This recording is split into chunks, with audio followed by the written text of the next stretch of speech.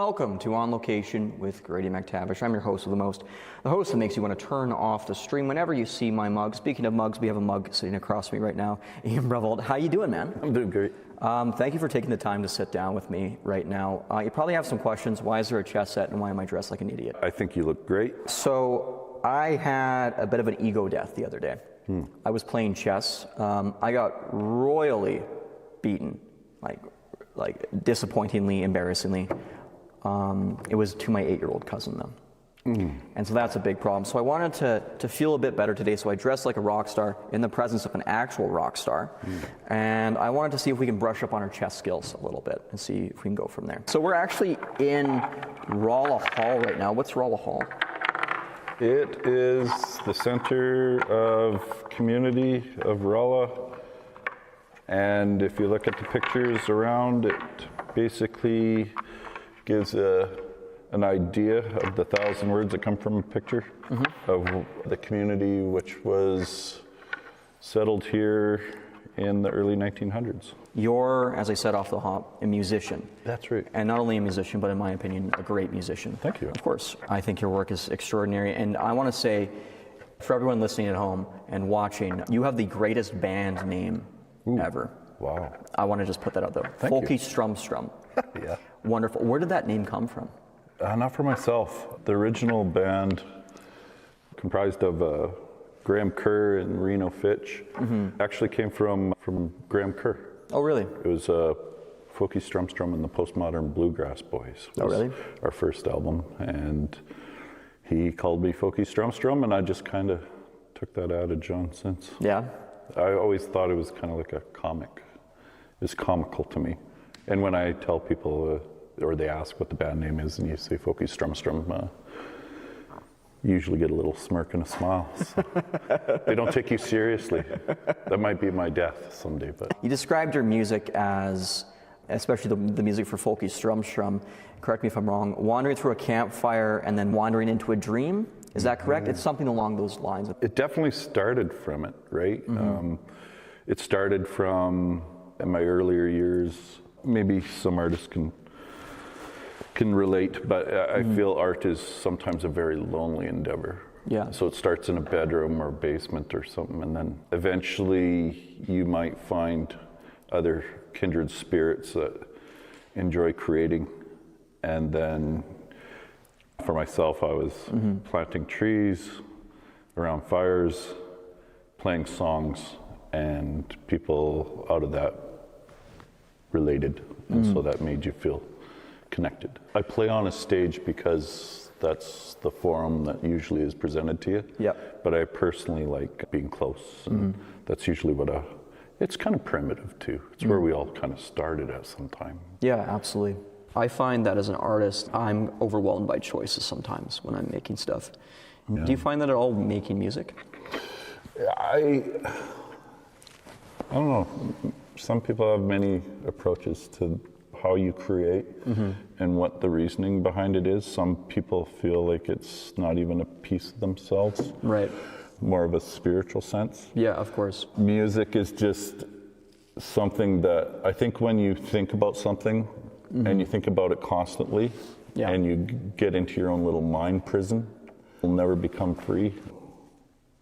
You can't stop thinking about it, and it's become a part of your life, right? So Yeah, exactly. it becomes a part of you, and without it, you feel rather naked. Right. And you feel that way about music? Yeah, I mean, myself, if I didn't have it, then I'd probably be a very introverted person without it. And so, sometimes you want to be something that you're not. And music is exactly that. When you say, oh, rock star, I don't feel like a rock star, even though that's the thing you always look towards. Yeah. This is what you wanted to be. You watched MTV and the fan blowing through somebody's hair, and that was kind of what got you into this mess in the first place. Right. But I never felt like I was ever, and I still to this day, I don't feel like I'm any more or any less than anybody else, to be honest with you. And that's the good way of looking at it, right? And that's the whole artist mindset is, it's not about being better. It's about, saying something that's true and original and to your own truth, right? Yeah. If you could pick one word to describe being a musician, what would it be? or what music means to you? The first word that comes to my mind, I probably should think about it, but it's a loner. And it's not because you're alone, but a lot of it is because you've allowed yourself to take time when you're by yourself to think about the thing that you really enjoy doing. Yeah. And it could be something you love. I love my family. There's unconditional things. Would music be unconditional? For some people it is, I guess, but there's other priorities in my life that I have been able to enjoy, but I do music because I enjoy it. And I think if I didn't and it became a job, then, you know, then it'd be a job. Right. And we lose all the enjoyment and spark from that, right? Yeah. You know, you're up in the Peace Country here in the Peace region. A thing I've found and noticed about artists is you've produced so much work in terms of albums and songs. What is funding like for you? Is that from a grant? Is that just self-funded? How does that work? There's some artists, they put their whole life into something. Yeah. I used to have a saying, you kick over a garbage can, you'll find an artist, right? And I don't mean that in the wrong way. And I don't mean to demean anybody that's an artist. But it's to do something that you really love and to funding all that stuff, I've never went to it. I've always made sure I had something to subside my art. Yeah. Right. So it's never been anything where I'm a real crappy businessman. And needless to say, when you're doing music, there's a business side of things. Yeah.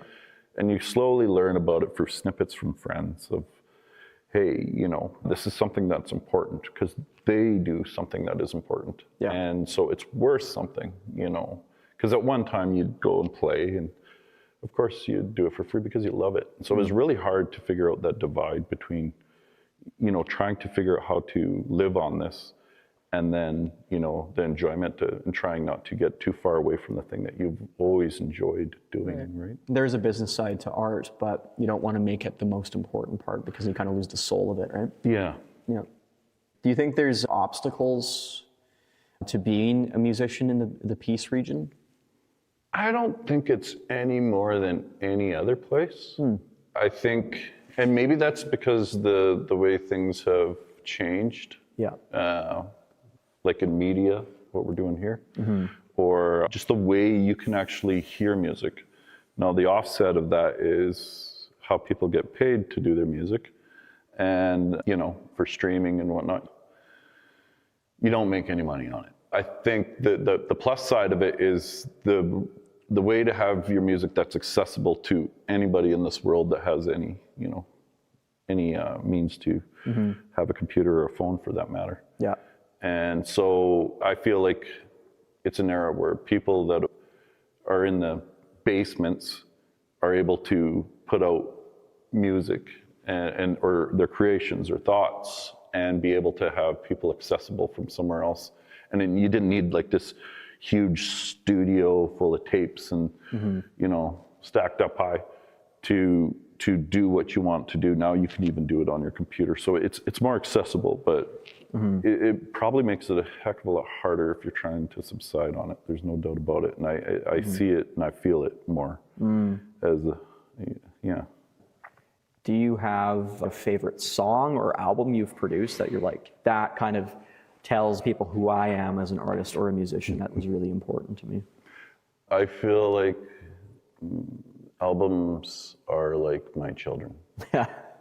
There's no favorite one because each one is almost like a chapter in a book of time, and you can look through. If I listen to something from earlier, it reminds me of that time. Yeah. And then that's basically what it is. There's time signature to it. It's stamped in time, and to me, it's like opening up a book and looking through the different chapters and looking back at that time.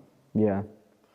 And you know, you talk so passionately about music. Where did that come from? How did you get involved with music?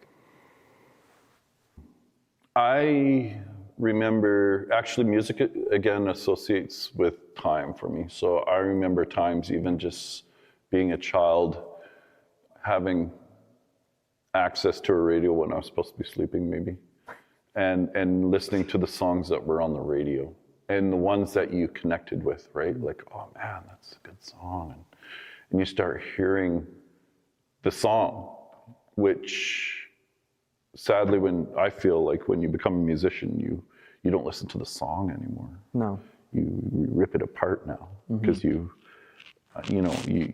play guitar or something, so you're listening to the guitar or something. You're not necessarily listening to the song as much as you used to. But that is the time when song has always been associated to time for me, and I just remember those times. Yeah. I don't know, I must have been 3 or 4 or 5 years old, listening to music, and then I hear it now, and I remember that time, just really excited about it, just really, feeling what they were saying and what they were doing. Yeah. When did you first start playing music? What was that like? Dad used to play, or does play, fiddle and guitar. There was an instrument around, and so he would play for us, or I originally came from Saskatchewan, so we would go to little barn dances. Yeah. And Dad would go in there and play to us, and so it was close, right? It was something, it was accessible. And so I remember, trying to scratch on the fiddle. I still can't do it. Playing guitar, picking it up at least, and kind of, understanding what it takes to try to figure this thing out, which I still haven't fully figured out. And feeling like it's something that I could I really want to do this. Yeah. I remember my earlier examples was my dad would run a grader, and he had a radio in there. And I remember having, I had Dire Straits, Brothers in Arms, I think it was, and Bruce Springsteen's Born in the USA. Wow. And listening to this stuff, and then I built kind of a plywood piece. It looks like a Telecaster, I guess, and it was a yardstick. Yeah.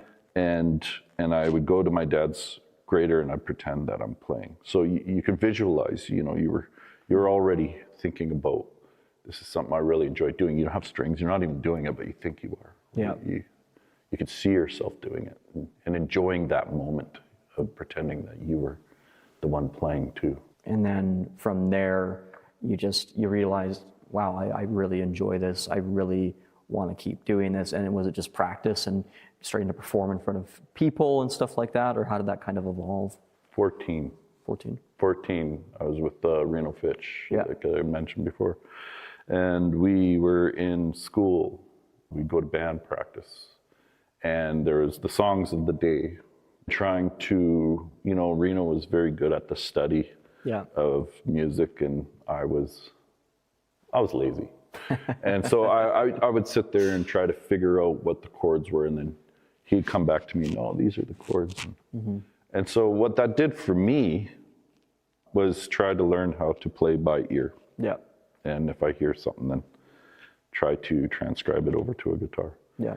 And then realizing that, no, that maybe that's not the way they do it or whatever, which was, oh, wow, there's a different way of doing things, but it's still the same. Right. Started at 14, eventually ended up years at Rolla Pub, where we would gather and we'd, throw the guitar around. And, that kind of helped me build up confidence to play in front of people. My first time was actually playing in Rolla Hall. Oh, really? I went up on the stage when I went to set up the gear and stuff, and it was like, oh, wow, it hit me. I remember having long hair, making sure I didn't look at anybody. So, that stage fright thing. And then the next gig was playing at Windsor, which is burnt down now, in the basement. What was COVID like for you as a musician? Did that change things fundamentally? Or, you couldn't perform in front of crowds, but did that change, I can't make certain things, or did that invigorate you to make more?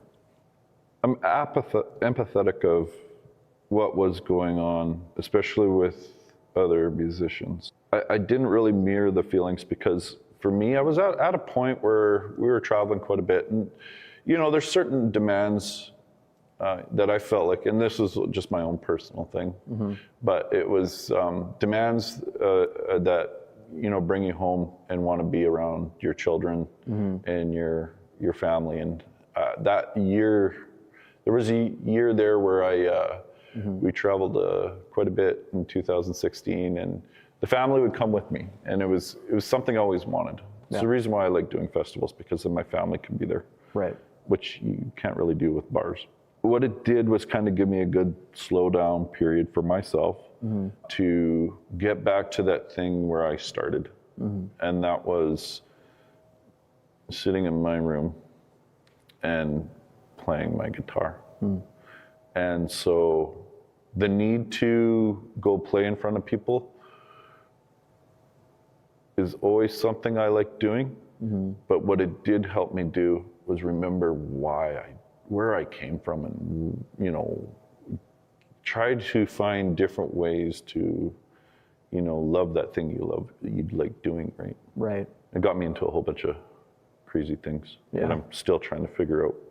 And most part I started playing music on electric guitar, or I wanted to, but then I eventually went to an acoustic, playing what the beginning of our albums were. Yeah. And I find myself going back to where I started, trying to get a little more interested in what made me want to play this in the first place. And since, things have started to get back to normal, have you noticed that people are eager to get out to festivals or shows, or do you notice it's starting to slowly get back to normal, or is there kind of like a grace period? I do find that, after COVID, people started to engage more, getting out more. And then it probably has something to do with economics too now. I'm not going to say there's a decline in participation from people. I think it's the organizations and festivals that are having a hard time making a go of it. Some of them have closed down. I'm starting to notice there's less places. But, out of the ashes sometimes comes a phoenix, right? So, Right. We worked together on a feature film. yes. You composed music for that. What was that experience like? Second time I've done that, and I enjoy it because it takes me out of the norm. Yep. And so I really, of course, it's what I like about it is you're taking care of the visual part, and I'm trying to add a certain nuance to something, and it's one of those hit or miss things. You really want to, or are you missing it, or it's one of those things. I feel like even when I'm producing music, if there was no deadline to it, then you just keep on going and trying to, get this, I call it the ghosts out of your head. It's there, you hear it, sometimes they appear, and the only way you can get them out is if you try to replicate them. And if you don't, then you feel like you missed out on something when you hear it, and it might bug you. Yeah. Do you think the expression I always use, especially with everyone working on a different movie, art is not perfected, it's abandoned? Do you think that's pretty accurate? Yes. Yes, very much. It never is. And I'm never satisfied. No. But that's, again, the curse of an artist. The curse, and then also the gift for other people listening to your work, because if you never settle and if you're never fully sad, you can be proud of your work and never be fully happy with it, I feel. And you can. Yeah, and that just pushes you to keep making. If you're just like, oh, that was great, you plateau yourself for your next work, right? At least I feel that way. Oh, definitely. I'm just curious, what are your favorite festivals and venues you've played at over the years? I remember your set at Peace Valley Folk Fest. That was incredible. I love playing there.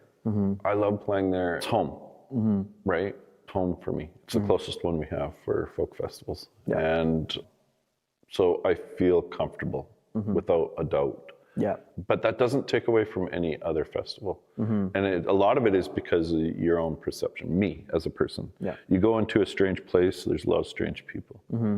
And you can never read into what you think you're visibly seeing or what you know, because there's that energy that crowds get up, they dance, and you feel this connection, right? Right.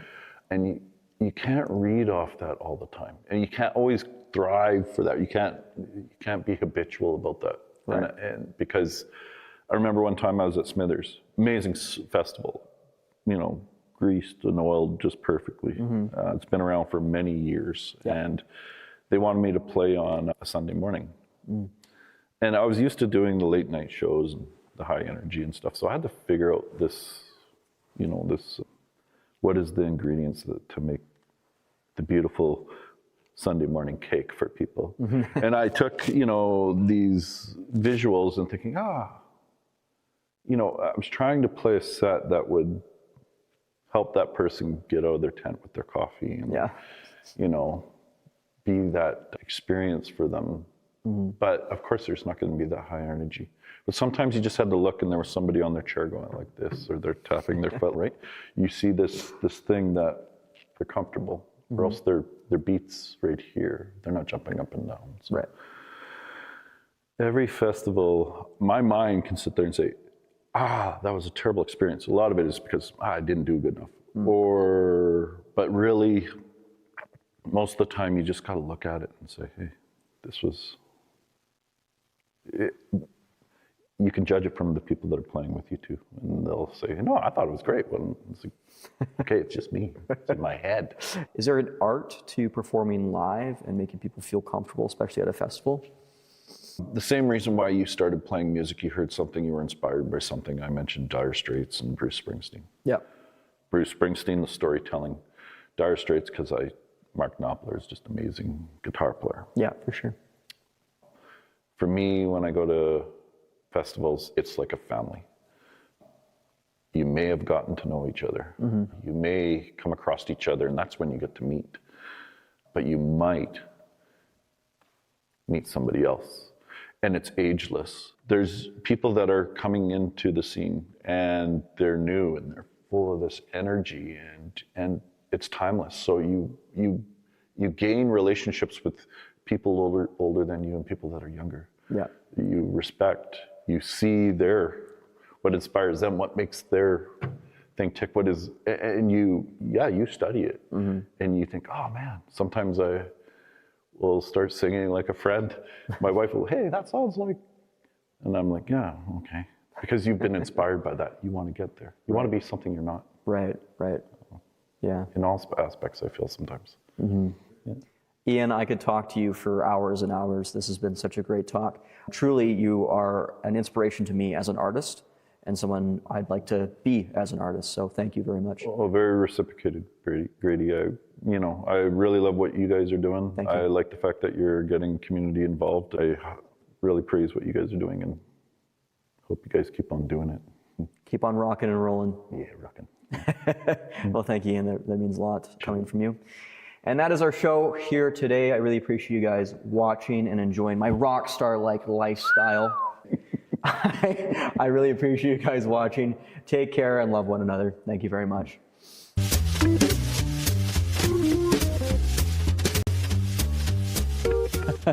What a fantastic episode of Storyhive's On Location, Dawson Creek. Thanks again to Iyan Bruvold for taking the time to talk with us and also playing a wonderful chess match with me as well. Would you like to be a future guest of the program? Make sure you scan the QR code and fill out the form, and you too can come aboard and share your stories as well. I'm Grady McTavish, and thank you so much for watching Storyhive's On Location, Dawson Creek.